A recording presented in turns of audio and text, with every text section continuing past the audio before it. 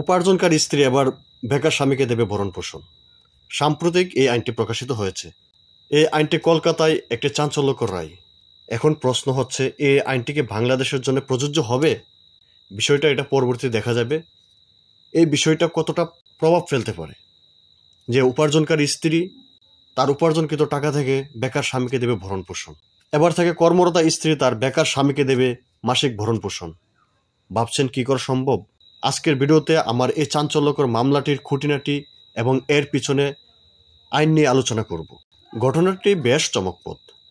এক দম্পতি বিবাহ বিচ্ছেদের পর মামলার সম্মুখীন হন। সেখানে স্ত্রী মাসে প্রায় 12,000 টাকা উপার্জন করেন, সেখানে স্বামী দীর্ঘকাল ধরে বেকার।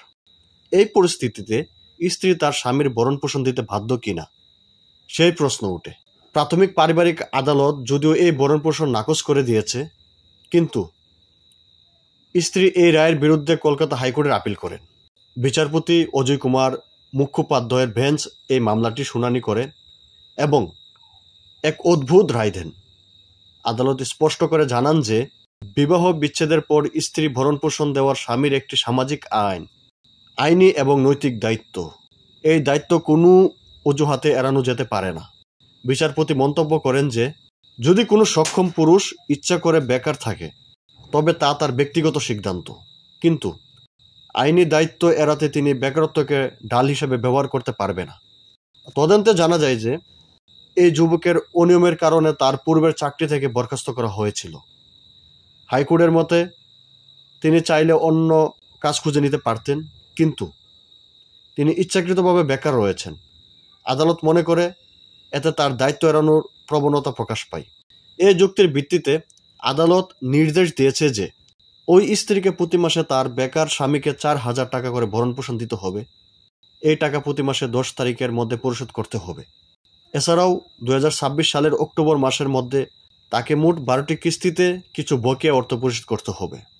তবে মনে রাখতে হবে যে এই দম্পতির বিবাহ বিচ্ছেদের মূল মামলাটি এখনও পারিবারিক আদালতে বিচারাধীন রয়েছে। আদালতের এই রায় শুধু ভরণ-পোষণের বিষয়টি নিয়ে।